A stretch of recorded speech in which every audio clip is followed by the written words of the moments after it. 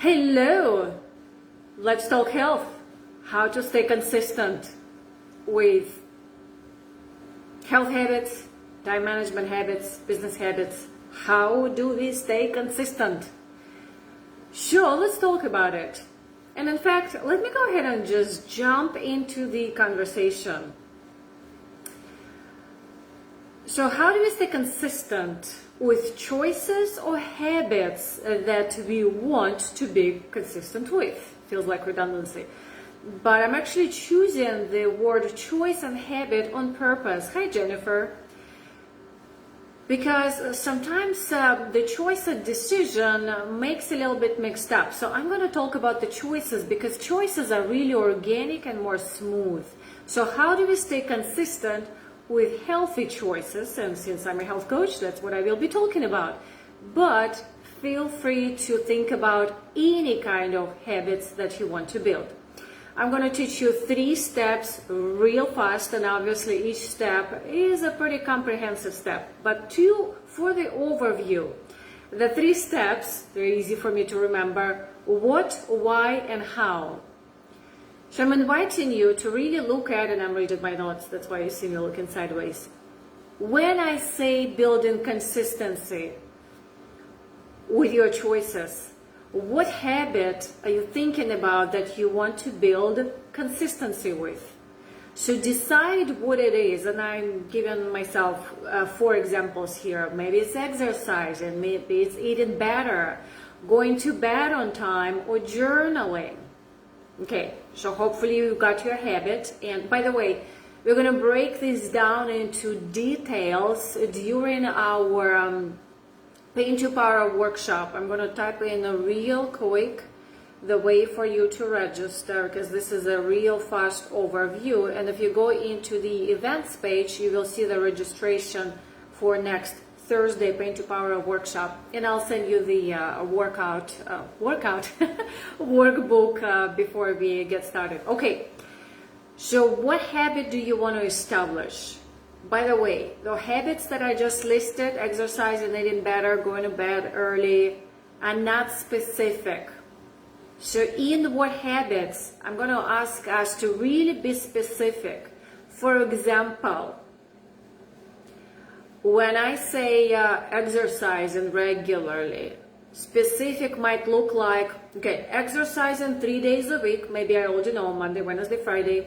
In the morning, maybe I already know, like our class at 7:15 a.m. Maybe I already know it will be 20-30 minutes.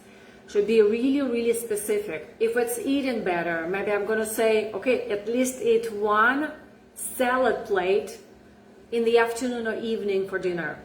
Okay, so really, really be specific. And again, for the sake of saving time, I'm going to move forward. This way, when we are so specific with our behavior, it's not just an idea or a concept of more or less, bigger, better, okay? It's really specific behavior we want to build, therefore, to become a habit. Step number 2, why? So we talked about what and be specific. Step number 2, why? Why do we want to actually build this habit and be consistent with it? Oh my gosh, this why can go into so many directions. And I'm going to break it into a couple of ideas. So for example, since I'm talking about exercise, why is it important to exercise 3 days a week? Well, Jean, for example, I will be saying in her testimonial this Saturday, I believe, she mentioned, I want to build balance in my body so I can actually, why? So I can be stronger, why?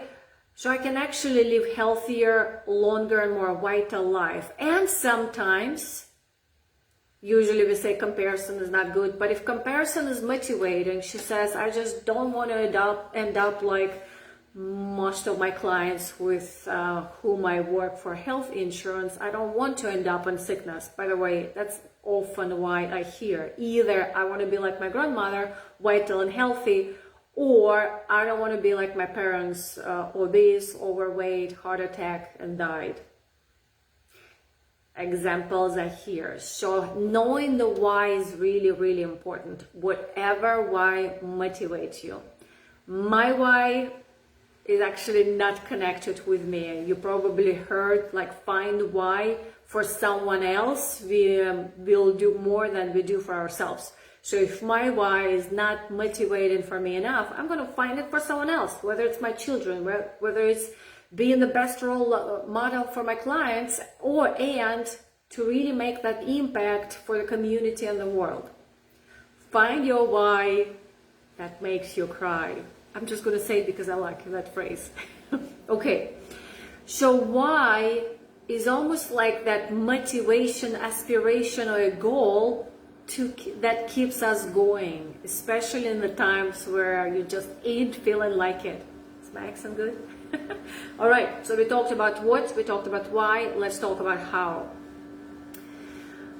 Anybody here, all or none? Let me do this whole thing, and we start the whole thing and then we give up pretty soon. Maybe in one time, maybe in a week, maybe in a month. But that's why New Year resolutions are so ineffective, because we just resolute too much and too soon.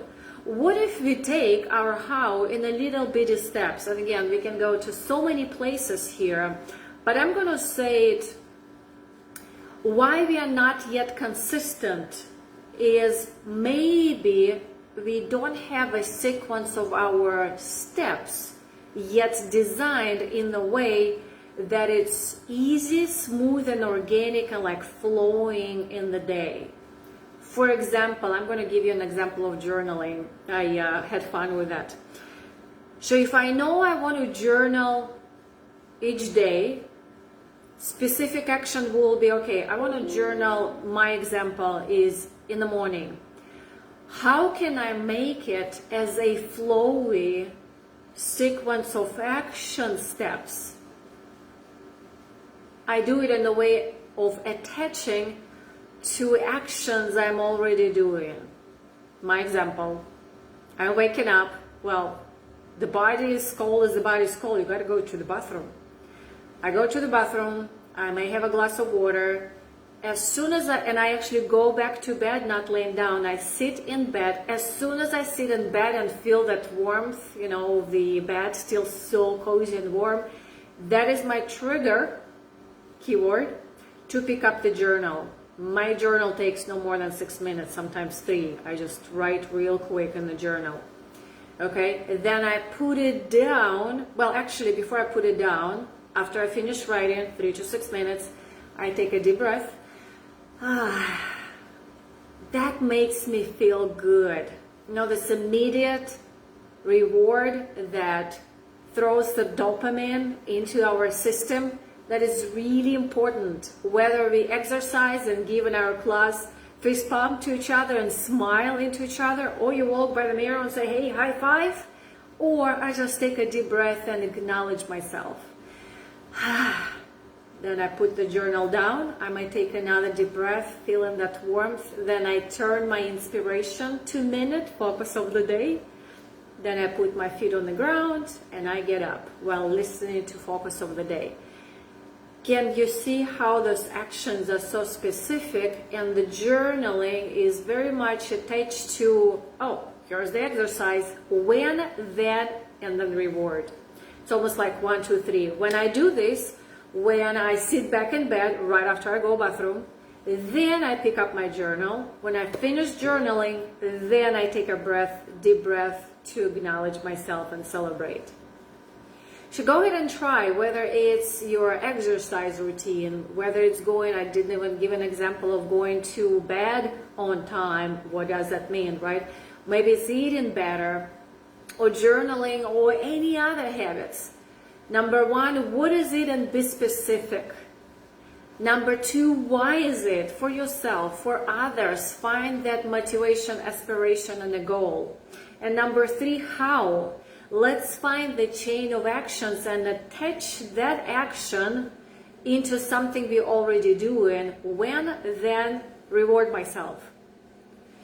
And this way, what we're doing is to making it really simple, really easy, and flowing into the actions we're already doing.